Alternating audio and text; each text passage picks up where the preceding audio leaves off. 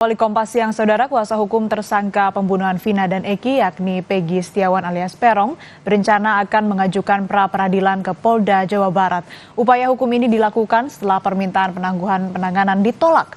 Kuasa hukum menilai penangkapan Peggy memiliki banyak kejanggalan.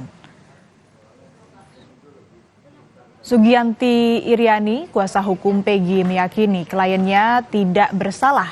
Pasalnya, Peggy Setiawan bukanlah pria yang tinggal di desa Banjarwangunan seperti yang disangkakan oleh Polda Jawa Barat.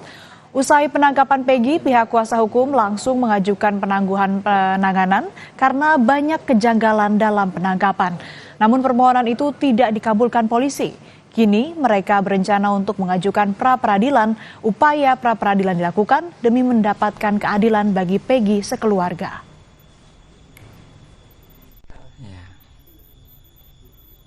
Sebenarnya sih maunya kita sih jangan sampai salah tangkap yang dilakukan pada episode pertama gitu ya, katakan episode harusnya kembali lagi kalau memang mau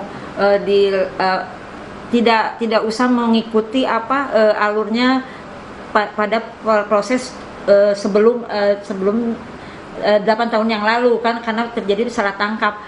Ya dinolkan lagi lah gitu, dinolkan lagi. Jadi penyelidikannya dinolkan lagi, jangan mengikuti